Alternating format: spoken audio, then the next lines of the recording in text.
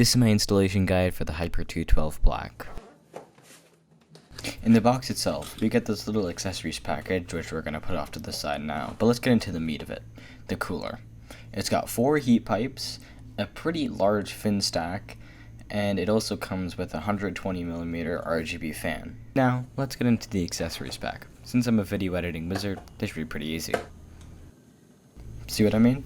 All you really should be needing for this is a Phillips head screwdriver. Start by taking off your front side panel. If this is your first build, these next steps won't apply to you. Remove your existing CPU cooler and wipe off any excess thermal grease using some isopropyl alcohol, or really anything with above 90% alcohol content. Now we have to install the backplate. Start by removing your backside panel. Ooh, that's, the cable management's not great. Ignoring my cable management, take these 2 bags out, one with the thermal grease and one with these tiny metal pieces. To start assembling the back plate, we're going to need this tiny T-shaped metal screw, as well as this flat plastic piece. Start by inserting the metal screw into the long portion of the bracket, and then snap in the plastic piece and make sure it clips in. Do this for all 4 sides.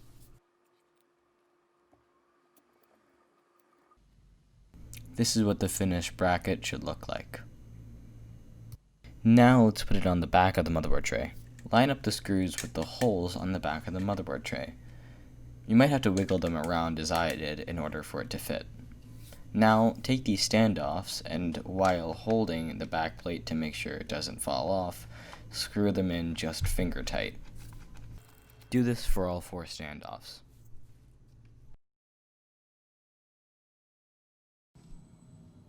Now it's actually time to install the Hyper 212 Black. Start by peeling off this warning label. Now apply some thermal grease, no more than a small grain of rice, to your CPU. Next, take off the fan by just pulling away at it, and then get these 2 curled braces, as well as these 2 small screws. Line up the hole on the brackets with the hole on the cooler itself and turn it over. Then screw each screw into the bottom of the cooler. This is what the final product should look like. Align the spring-loaded screws that were on the brackets with the standoffs that we installed earlier. You might want to get a larger screwdriver for this, as it'll make your life a lot easier. Be sure to screw it in a cross pattern, where you start with one side and then go to the opposite side and only tightening it halfway, and then doing the same thing for the remaining 2 opposite sides and then tightening it fully until you feel that it's properly in. Now it's time to reinstall the fan. Start by sliding it in, making sure that the vibration pads are touching the heatsink. Then take the 12-volt RGB connector and plug it in to wherever that may be in your motherboard. For me, it's directly below my GPU.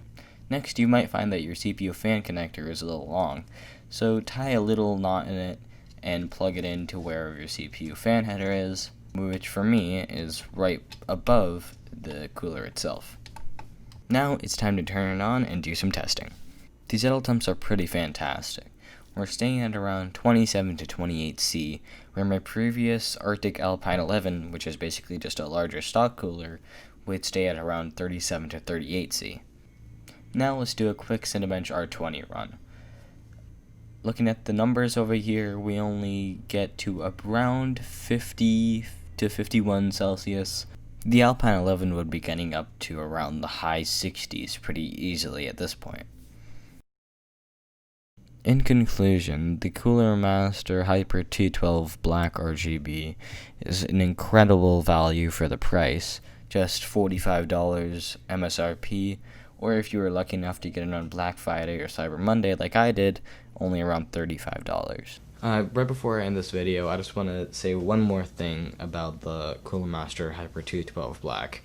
It's that it's saving me a lot of time when video editing.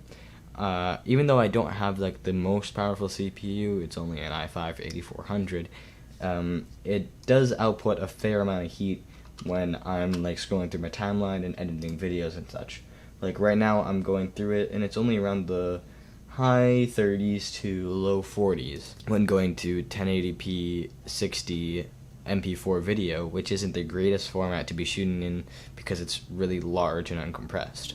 Last week when I was editing the Lumix G7 video, it was pretty difficult to scrub around the timeline as I would have to wait a couple seconds here and there just for it to buffer, but with this it's pretty seamless and there's very little loading time, if any at all. Anyway, that's about it for me. See y'all in the next video.